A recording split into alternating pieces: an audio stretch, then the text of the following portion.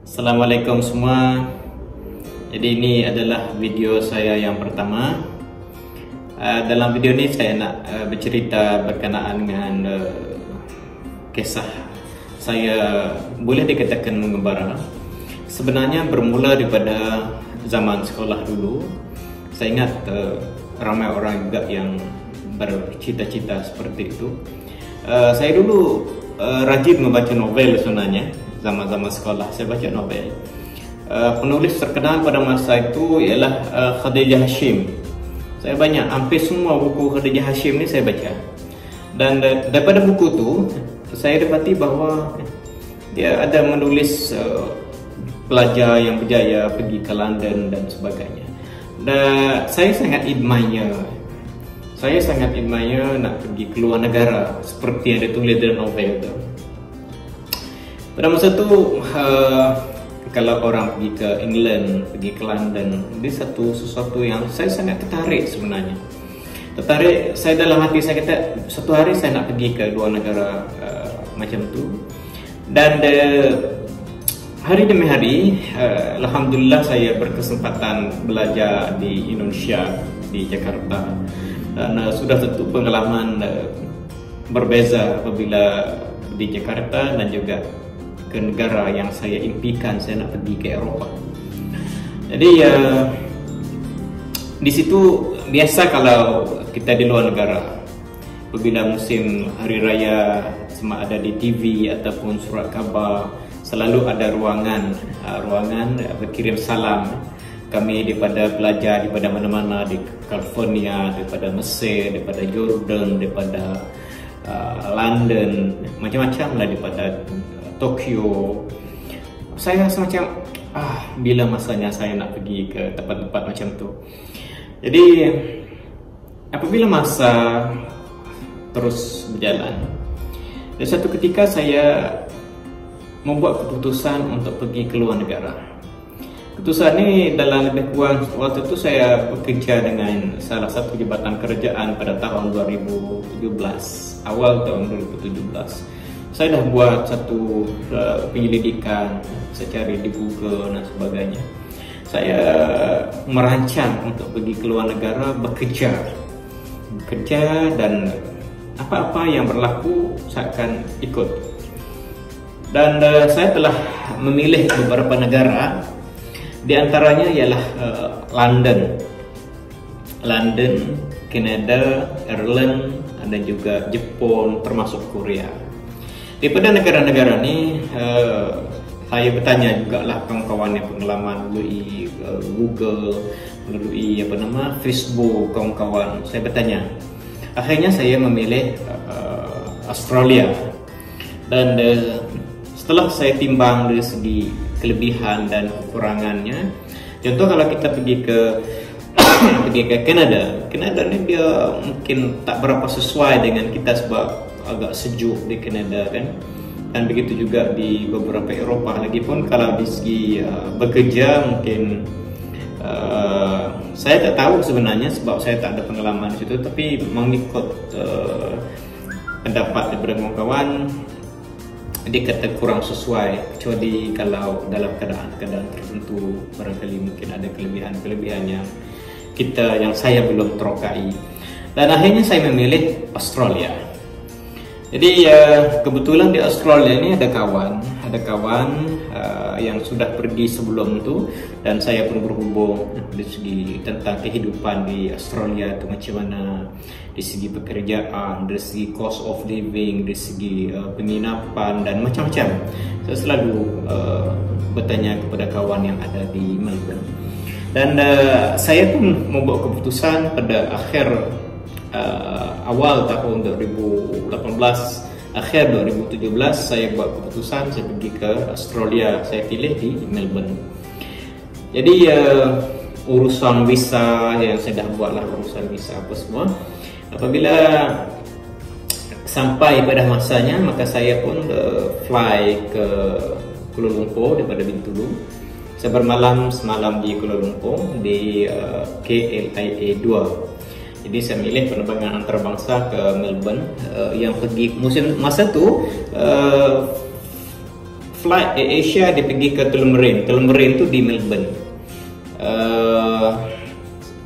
Saya dalam apabila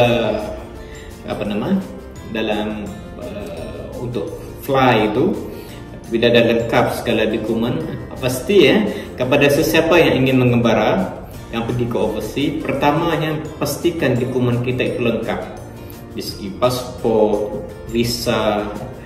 Sebab apabila kita melalui immigration, ini akan kadang-kadang buat kita rasa berdebar kan. Jadi alhamdulillah perjalanan dipermudahkan. Apabila saya sampai di Tullamarine, apabila dicek, ada sedikit rasa gemetar tu adalah sebab ialah saya pertama kali pergi ke negara yang agak jauh. Dia beza compare tu saya pergi ke Saudi pada tahun 1998. Dia tak sama, di feeling dia lain. Apabila sampai situ, sebab saya nak pergi lama, nak pergi bekerja dan sebagainya, jadi feeling dia lain. Di waktu di airport tu, dia banyak soalan daripada custom, daripada immigration ni. Dia banyak soalan. You datang sini ada kawan ke tidak? You nak menginap dekat mana? Ada bawa cash, berapa cash ada dan sebagainya. Banyak soalan dia. You datang sini nak bekerja. Dan inilah keadaan yang orang Malaysia ni kadang-kadang kita kantoi. Apabila datang Australia ni, kan ramai yang bekerja di Australia dan dia tak balik, dia buat hal macam-macam lah. Ada yang success story pun ada, yang bad story pun ada. Jadi saya memilih dengan cara selamat bila datang ke sini, datang untuk melancong dan sebagainya. Dan setelah melalui keadaan yang getir, yang rumit tu dengan berbagai soalan, akhirnya saya dilepaskan. Alhamdulillah, so itu rasanya macam seronok sangat lah. Jadi kawan saya dah tunggu dekat luar airport, Tullamarine Airport. Jadi saya sampai sahaja lebih kurang pukul 9 malam. Waktu 9 malam tu di Melbourne sejuk masa tu. Sejuk, saya masih pakai baju yang tak berapa nak tebal. Baju yang tak berapa nak tebal. Jadi saya tak kisahlah kan. Apabila sampai di Melbourne, jadi kawan dibawa,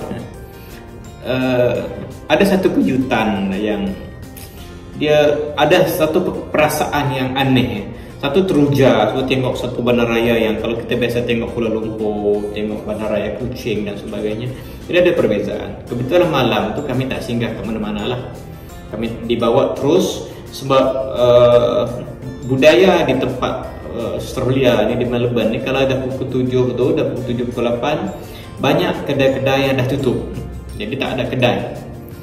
Jadi apabila dalam perjalanan daripada airport tu pergi ke tempat rumah kawan tu lebih kurang 1 jam perjalanan.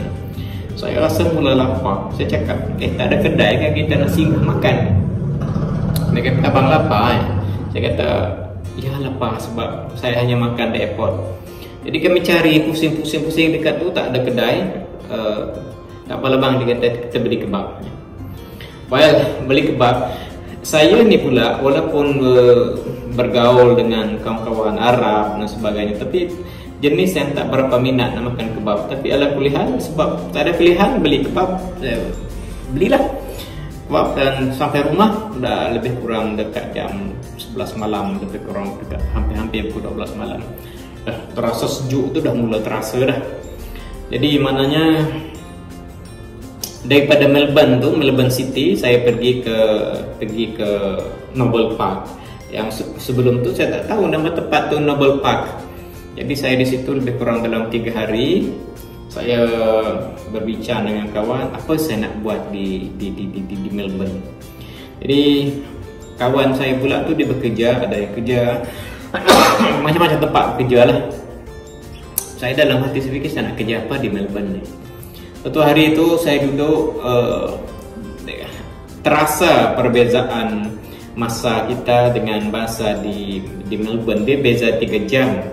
Walaupun dia beza 3 jam, tetapi kita akan terasa dari segi perbezaan waktu, dari segi waktu tidur. Sebab waktu tidur kita di Malaysia dengan juga di Melbourne, dia berbeza.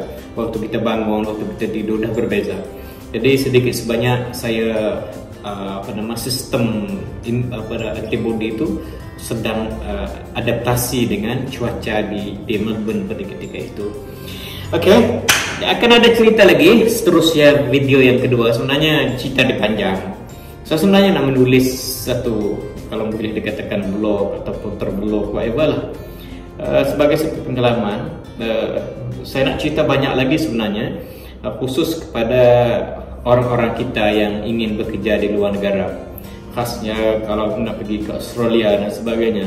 Jadi nantikan video yang seterusnya berkenaan dengan macam mana nak mengurus visa, macam mana nak bekerja dan sebagainya. Lepas episod yang akan datang, saya akan share dengan anda semua berkenaan dengan perjalanan yang menarik kalau anda yang baru-baru berminat untuk pergi ke Australia dan sebagainya. Oke, assalamualaikum, jumpa lagi.